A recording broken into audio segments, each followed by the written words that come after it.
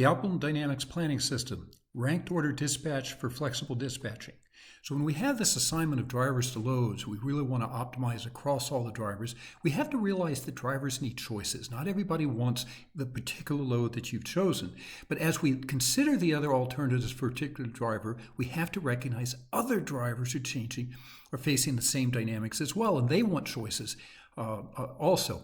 So we may do an assignment of drivers to loads, but let's say that third driver, when he's offered the load, he says, no, I don't like that load. Now we can think of reoptimizing and say, okay, fine, here's another load that we can offer you. And of course, this has an impact on the other drivers. So what we'd like to do is to understand in advance, every time you decide not to assign a driver to a load that was originally recommended, there's a ripple effect. You can't just go to the second one and just consider the what's best for that one particular driver. So what we do at Optimal Dynamics is we have these ripple effects all worked out in advance. So this way we understand what happens. And when we do what's called a ranked order dispatch, we'll say, okay, here's the best load for a driver, second best, third best, and fourth best.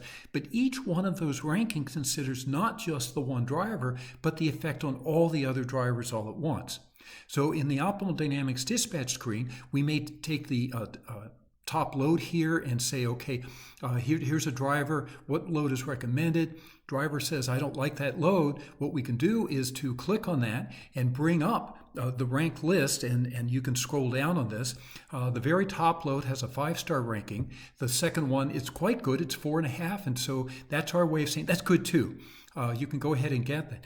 The third one starts to drop in the rankings, and what this means is it may mean that the load isn't really ideal for that one driver, but it may also mean that in order to put that driver on that load, there's a ripple effect on some other driver that is detrimental to that driver, and so we want to be able to think about the effect on all the other drivers.